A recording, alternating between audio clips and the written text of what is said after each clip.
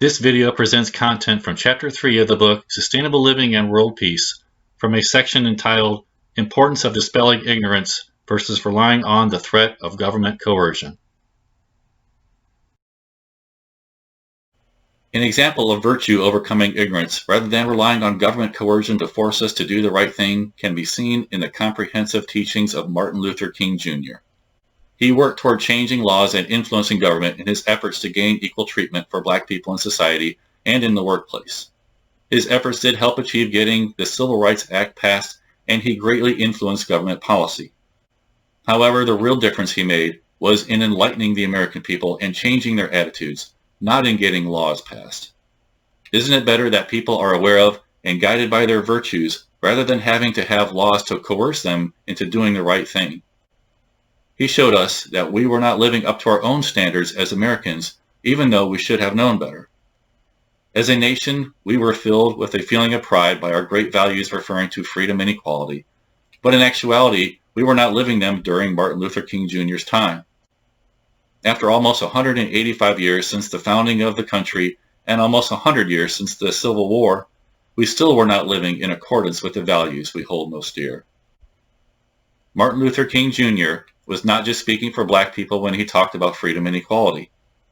The freedom and equal treatment he was hoping for and talked about for black people were the same freedom and equal treatment sought by all Americans and people all around the world. His words were for all men, all women, all religions, people of all beliefs, and people of all nations. That is what made his words so good and endearing. He was clarifying the American dream of equality and freedom. Almost 185 years after the founding of the nation, Martin Luther King Jr. was giving the speeches and talks like those that could have been said at the time of the American Revolution. Martin Luther King Jr. was in essence iterating what was expressed by the founding fathers of the United States. He was pointing back to the belief in human equality and promise of equal treatment and liberty as written in the founding documents by the founding fathers. He was pointing out that there were prejudices that clouded our vision of equality and that people were suffering because of this unequal treatment and infringement upon freedoms. He greatly helped us to recognize our equality, but we still have not fully realized this American dream.